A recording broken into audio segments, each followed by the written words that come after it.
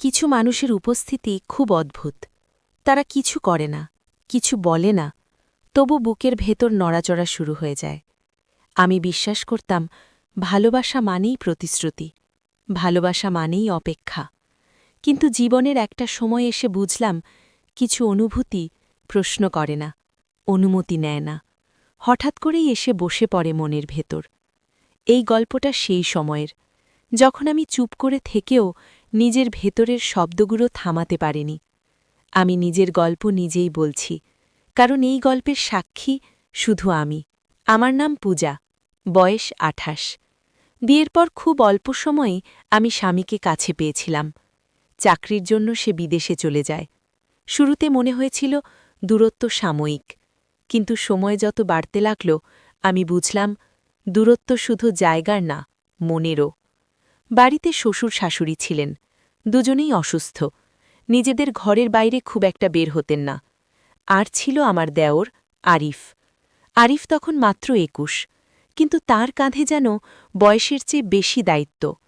বাড়ির বাজার করা, ওষুধ আনা, বিল দেওয়া, কখনো ব্যাংক, কখনো অফিস, সবই ও দেখত।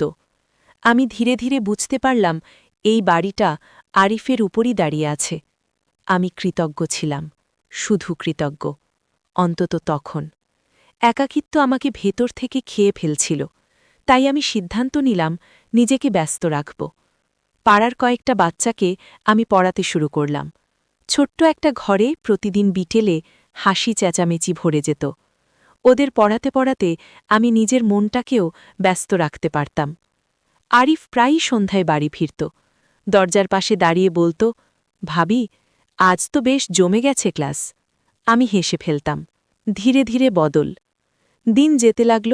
আরিফ এখন শুধু কাজের কথা বলত না, ও জানতে চাইত আমি কেমন আছি, ক্লান্ত লাগছে কিনা। একদিন হঠাৎ বলল, ভাবি, আপনি হাসলে পড়ুয়াগুলোও ভালো পড়ে। আমি কিছু বলিনি, কিন্তু মনটা কেমন যেন নরম হয়ে গিয়েছিল। একদিন বিকেলে হঠাৎ বৃষ্টি নামল। বাচ্চারা সবাই চলে গেল। আমি একা বসে জানালার বাইরে তাকিয়েছিলাম। আরিফ তখনই বাড়ি ফিরল। ভেজা চুল, হালকা হাসি। বলল, ভাবি, চা বানাবেন?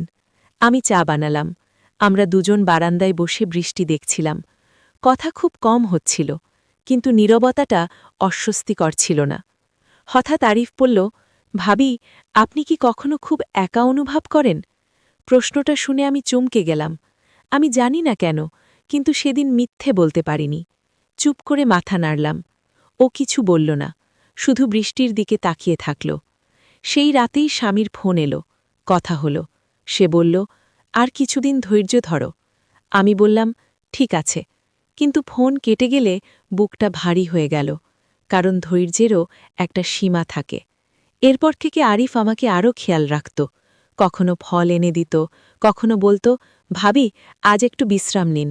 আমি জানতাম এই যত্নটা ঠিক কোথায় গিয়ে থামা উচিত, কিন্তু অনুভূতি সবসময় সীমা মানে না।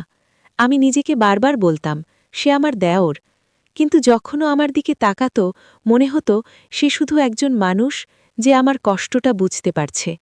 এই বোঝাটাই সবচেয়ে বিপজ্জনক। এই গল্পের কোনো নাটকীয় মোড় নেই, কোনো স্বীকারোক্তি নেই, কোনো নিষিদ্ধ মুহূর্ত নেই। শুধু আছে কিছু না বলা কথা, কিছু থেমে যাওয়া অনুভূতি।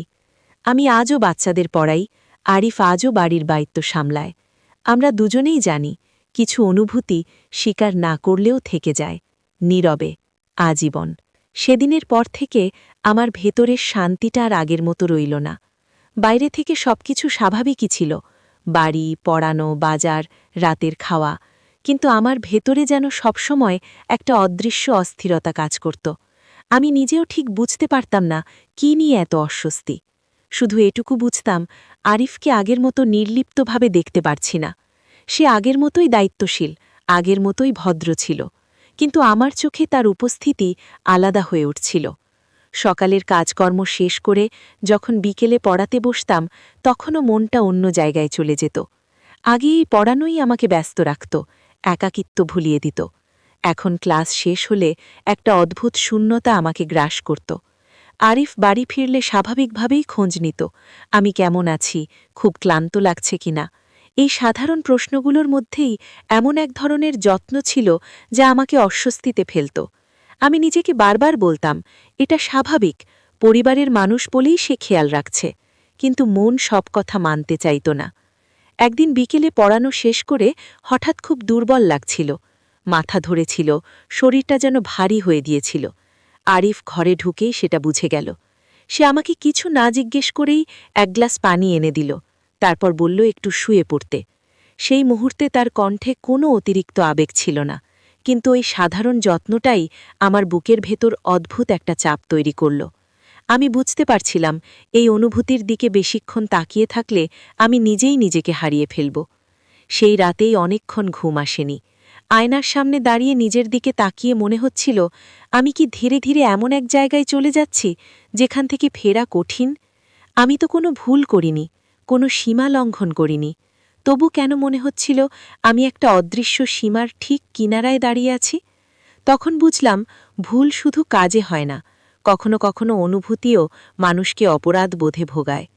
এর মাঝেই স্বামীর ফোন এলো একদিন। অনেক দিন পর কথা হলো, কিন্তু কথার ভেতরে আগের উষ্ণতা ছিল না।